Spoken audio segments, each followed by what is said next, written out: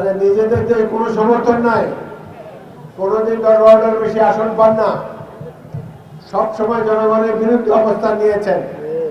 রাজাকার আহমদের বাহিনী গঠন করেছিলেন। বিশ্ববিদ্যালয় শিক্ষকদেরকে 14 ডিসেম্বর তারিখে 71 সালে বুদ্ধিজীবীদের হত্যা করেছিলেন। এই তো তাদের অতীতের ইতিহাস। ইসলামী দল মৌলানা বাবুনগরী সবচেয়ে বড় আলেম, তিনি ঘোষণা করেছেন জামাত ইসলামীকে ভোট দেওয়া হারাম। সুতরাং এই ধরনের বিতর্কিত দলকে ভোট দেবেন না। ভোট দেওয়ার জন্য শহীদ রাষ্ট্রপতি জিয়াউর রহমানের দল বিএনপি আপনাদের সামনে আছে। এই দল অতীতে 4 বার আপনারা ভোট দিয়ে ক্ষমতায় এনেছে। তখন এই যে জামাত ইসলামী মিথ্যা অপবাদ দিচ্ছে যে বিএনপি চাঁদাবাজের দল, এই দল সেই দল, খারাপ কাজ করে। আমি আপনাদের উদ্দেশ্যে একটা কথা বলতে চাই। Vision QLED Google TV, where colors come alive.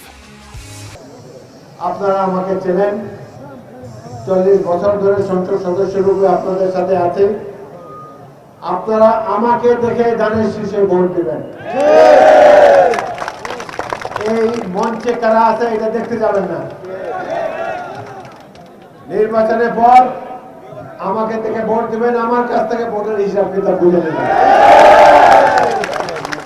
কোন ধরনের দুর্নীতি যে করবে তাকে সাথে সাথে দল থেকে তো বের করবে, তাকে জেলে ঢুকিয়ে দেওয়া হবে। কোন ধরনের সন্ত্রাস চাঁদাবাজি আমি সহ্য করব না। আমরা একটা সুন্দর বাংলাদেশের স্বপ্ন দেখি, যে বাংলাদেশে হিন্দু মুসলিম নির্বিশেষে সুখে শান্তিতে আমরা বসবাস করতে পারবো, যেখানে আমরা ইসলাম ধর্মের মূলনীতি অনুসরণ করে জীবন পার করতে পারবো। আমাদের নেতা তারেক রহমান ইতিমধ্যেই ঘোষণা দিয়েছেন, রাসূলুল্লাহ সাল্লাল্লাহু আলাইহি ওয়াসাল্লাম যেভাবে রাষ্ট্র পরিচালনা করেছেন, বিএনপি ক্ষমতায় গেলে একইভাবে ইসলামের মূলনীতি অনুসরণ করে বাংলাদেশ পরিচালনা করবে। আমরা স্বপ্ন দেখি সুখী সমৃদ্ধ বাংলাদেশে। ইনশাআল্লাহ আপনারা আমার হাতকে শক্তিশালী করেন, অনেক কিছু করতে পারবো এই দেশের জন্য।